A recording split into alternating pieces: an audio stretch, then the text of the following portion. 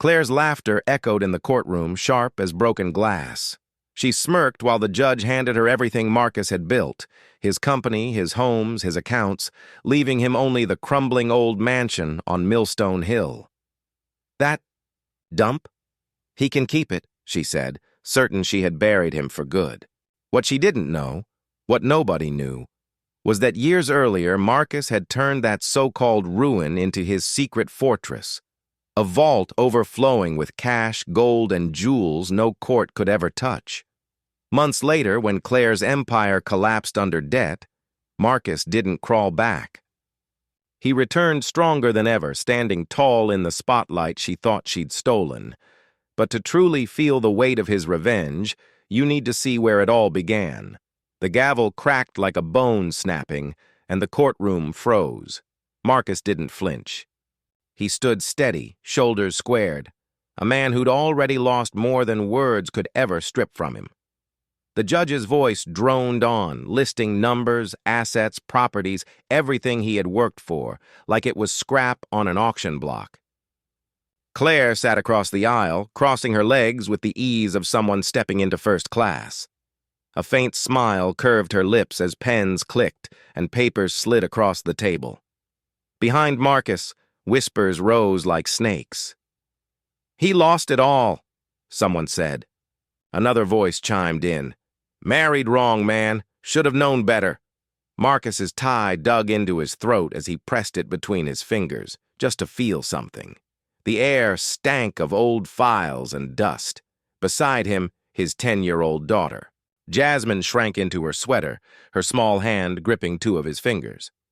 He clenched his jaw, forcing himself to stay stone-faced as the cameras drank in every second. The judge's final words sliced through the silence. Everything goes to Claire, except the secondary property at Millstone Hill. Laughter rippled through the courtroom. "The haunted mansion," someone sneered. Another chuckled.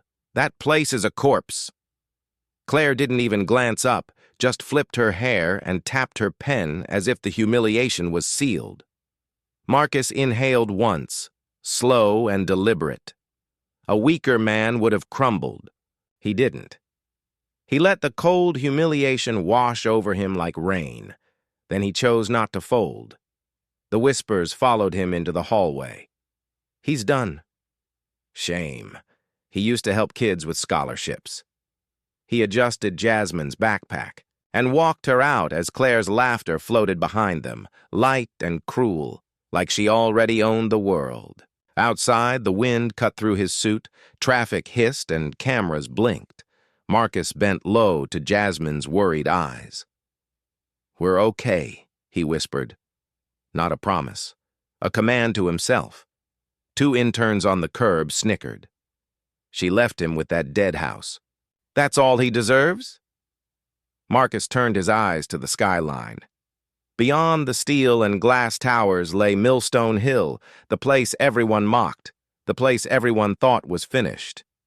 He let the thought sink like stone. Then he flagged a cab, calm, steady. The mansion looked as dead as they remembered, ivy choking the bricks, shutters hanging, the gate sagging like it was ashamed to stand. Even the air here felt heavier. The cab driver stared. "You really staying here, man?" Marcus didn't answer. He pushed the gate open, the hinges groaning in protest. Inside, the house reeked of rot. Floors moaned, wallpaper curled away like peeling skin, rain stains spread across the ceiling. Jasmine wrinkled her nose. "Dad, it's creepy." Marcus almost smiled. That's what makes it perfect. Because hidden beneath the ruin was a secret even Claire had never touched.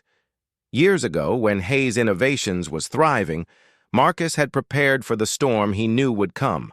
Under a false name, he'd hired contractors, paid in cash, overseen the construction of a vault no one knew existed, reinforced steel walls, triple locks, climate control, silent alarms. And over the years, he had filled it, brick by brick, with cash, gold bars, rare diamonds, and jewels worth more than entire estates. He led Jasmine to a door disguised as a broom closet. The key was cold in his hand. The lock clicked, the air shifted, and a staircase fell into shadow below. Dust swirled as they descended. At the bottom, behind a hidden panel, the steel vault door waited. He spun the wheel, each turn echoing in the silence. When it opened, the room breathed wealth, gold stacked like sunlight, diamonds glittering. Like frozen fire, velvet boxes holding treasures the world had forgotten. Jasmine's eyes widened. Marcus laid his hand on a bar of gold. "This is why we don't panic," he said softly. Upstairs, a shutter banged in the wind, as if the house itself was keeping his secret. The world thought he was finished. Claire thought she had stripped him bare. But down here, Marcus wasn't ruined. He was free. And he was just getting started. For weeks, he kept the mansion looking like a ruin. Shutters banged, weeds climbed, and outsiders dismissed it as another ghost on a hill. But each morning, after walking Jasmine to school, Marcus slipped into the vault and took only what he needed, an envelope of cash, a single velvet box, to fuel his next move. His first stop was Arturo, an old friend who ran a quiet exchange by the docks. When Marcus placed a diamond on the table, Arturo's eyes widened. "Man, you've been holding out." Marcus just smirked. "I've been patient." While Claire flaunted gowns and galas, Marcus moved silently. He bought influence piece by piece, shares in struggling firms, investments no one noticed, seeds of empires waiting to grow. And as he built, whispers began to circle about Claire.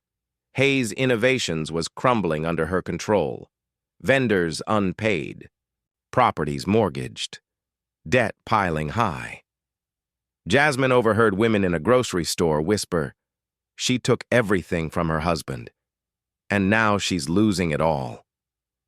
Jasmine looked up at Marcus with a shy grin. He just raised an eyebrow. People talk. Let them.